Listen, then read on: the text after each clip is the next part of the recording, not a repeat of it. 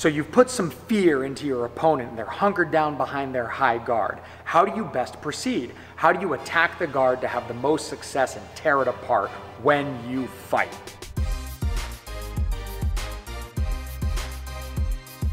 One of the things that you don't want to do when somebody throws up their high guard is waste shots on their guard.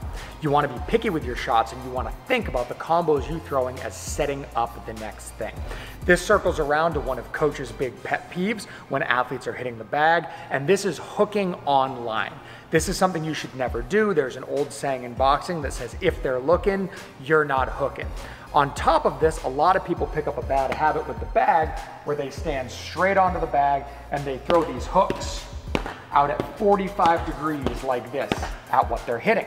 If you do this against an opponent with their guard up, you're literally funneling shots onto their guard that have no room to accelerate, that are unlikely to break through, and that leave you vulnerable to being countered.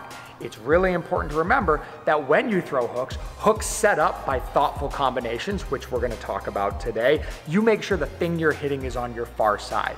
If I'm throwing my right hook, I'm hitting something on my left side. If I'm throwing my left hook, I'm hitting something on my right side. This gives me room to accelerate and structure the shot so that I can hit with authority. Helping out with today's lesson is going to be our associate and assistant coach, Bob.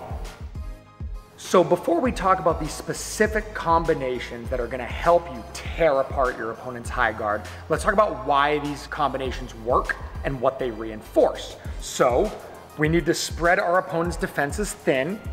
We need to shoot those gaps that we create. We must punch in combination in the middle distance. We must move in the middle distance. There's no hooking on the line in the middle distance. And I should be punching compact and out of my high guard. The combinations that allow me to do all of these things are going to be the 5-4 or the 5-4-5 and the 6-3 or the 6-3-6. Let's talk about how we can apply those in action.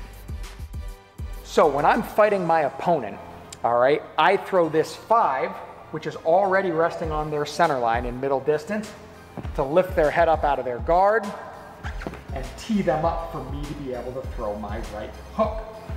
Your uppercuts and your hooks are peanut butter and jelly, because if you think about this person here, whether they bring their left hand in to defend, which creates an opening for the hook, whether they bring both hands in to defend, creates an opening for the hook. If they pull back from that uppercut, it creates an opening for the hook. And if they slip that uppercut, it gives that hook more room to accelerate. This works the other way as well if you've taken a lane. If you've taken a lane and you open with the 4, they block on that side, which creates an opening to throw that hook, or it pushes them into your jab lane, which creates an opening for you to throw that 5. And even if you duck it, that's got you moving into that uppercut. So it compounds that force. I always tell people pairing your hooks and uppercuts in the middle distance is like peanut butter and jelly. This is something that was meant to be together. When you're attacking your opponent's guard, it should be paired with movement so that you're not there to be hit back. You're not staying in one spot, you're making yourself tough to hit, and you're hunting for breakaway moments so that you can keep pressing your offensive momentum. So if Lee steps back a little bit, and she's filming my feet here, you can see I'm not just throwing that 5-4, though that's probably a pretty high percentage shot. As I throw that 5, I step out of their jab lane. As I throw that 4, I rebase nice and strong so that they're on my left side. There are very few canned combos that I throw, but one of the canned combos that I throw a lot, because it's so high percentage and I have such success with it, is that 5-4-5 as I'm moving to my open side lane and then angle. So if you watch my feet here, I throw the first 5 as I step my right foot. I throw the second punch, the 4, rebases me over on my opponent's closed side, and then with my final 5, I use it as an opportunity to walk to that open side angle so that I have an exit strategy, so that I'm over my opponent's shoulder and I can make an assessment on if I want to keep attacking or if I want to exit this exchange. This same thing plays out if I'm defending first and then opening with the hook.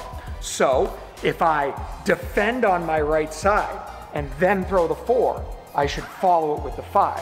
Whether that's a block, whether that's a parry, whether I roll, whether I slip, whether I just take a step over to that lane, this sets me up if I've already put the person on my far side to open with the hook.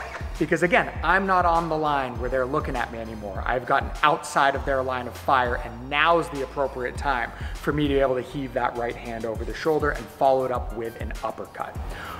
All of these tactics play out the same way, moving to my closed side with my 6 and my 3.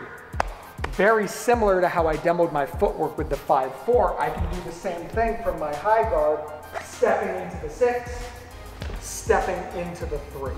And now I've cleared my opponent's cross lane. I'm in a safe position to hook from. And again, I get to make an assessment on if I want to keep digging or if I want to exit this exchange.